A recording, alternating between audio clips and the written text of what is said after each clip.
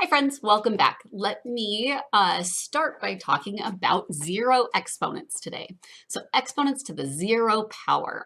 Now, I want to show you why this works and then we'll talk a little bit more about it. But 2 to the 6th power, I can remember this one pretty easily. So it's saying if we did 2 times 2 times 2 all the way 6 times, right?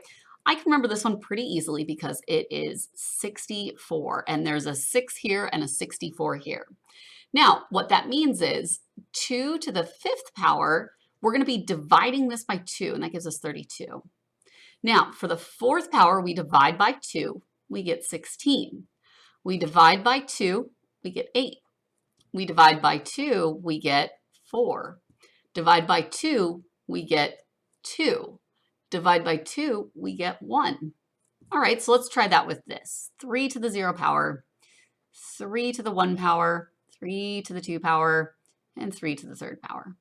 3 to the 3rd power is 3 times 3, which is 9, times 3, which is 27.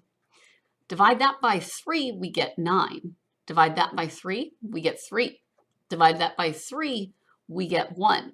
So far, you might be seeing a pattern. 2 to the 0 power is 1. 3 to the 0 power is 1. Anything to the 0 power is 1 because we would divide it by its base. And so remember, of course, if we have 17 over 17 or -8 over -8, those things will equal 1. So anything to the 0 power is 1. It is not 0. That will trick a lot of students.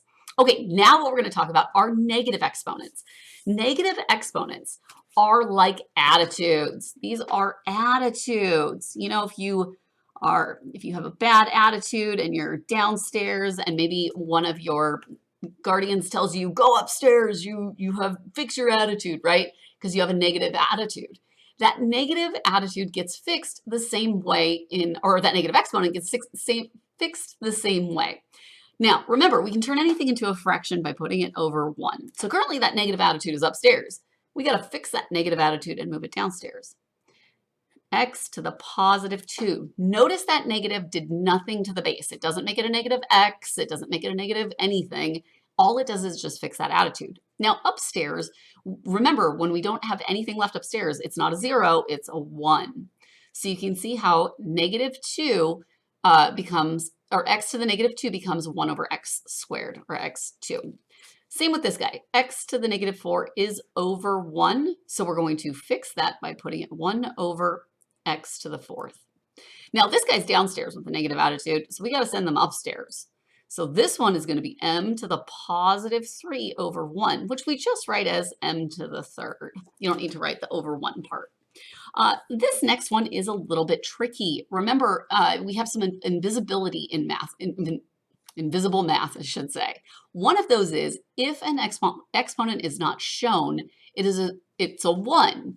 And so this guy right here, this negative 2 is only attached to the b. It's not attached to the a because the a has a 1 here, which means that positive attitude stays upstairs, but that negative attitude is going to need to go downstairs. So we have a to the 1 power, b squared. And of course, you don't have to write the 1 there. We traditionally do not, but if it helps you, then maybe you will get a better understanding of it. So hopefully that helps with those negatives. Just keep in mind that those negatives do not affect the base. We don't just make it a negative x to the 4th or anything like that. So hopefully you wrote down those notes, and I look forward to seeing you next time.